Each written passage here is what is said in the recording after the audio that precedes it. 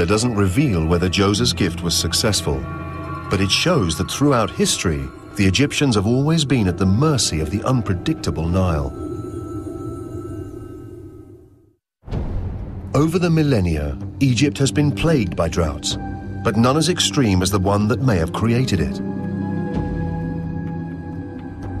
New research suggests the civilization owes its genesis to the deadly desert that surrounds it.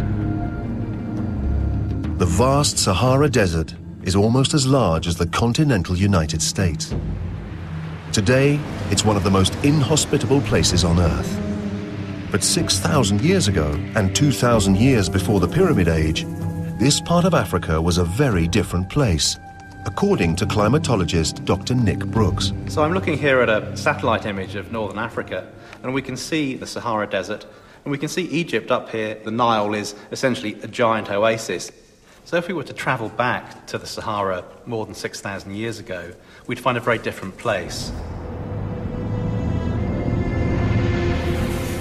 We'd have savanna, woodland, lakes, rivers, and the Sahara then would have been populated by quite a large human population.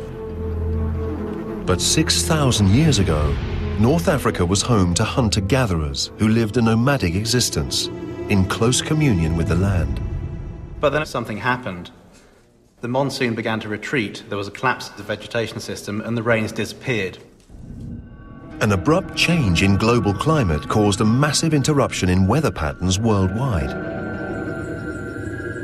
The transformation of North Africa from verdant grassland to desert was also caused by changes in the currents in the North Atlantic. The effects of this 6,000-year-old climate change event were even more devastating than the one that destroyed the Old Kingdom in Egypt 2,000 years later. The desertification of North Africa was swift and deadly. People would have seen very, very dramatic changes within the course of a human lifetime. They could look out at barren areas that they could remember once upon a time being green and productive. Within their lifetime, the inhabitants saw their verdant grassland replaced by high drifts of wind-blown sand. The people of the Sahara had no other choice but to flee the region or die.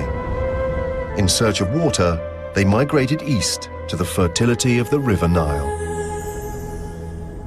What a beacon the Nile Valley is. It really represents one of the last refuges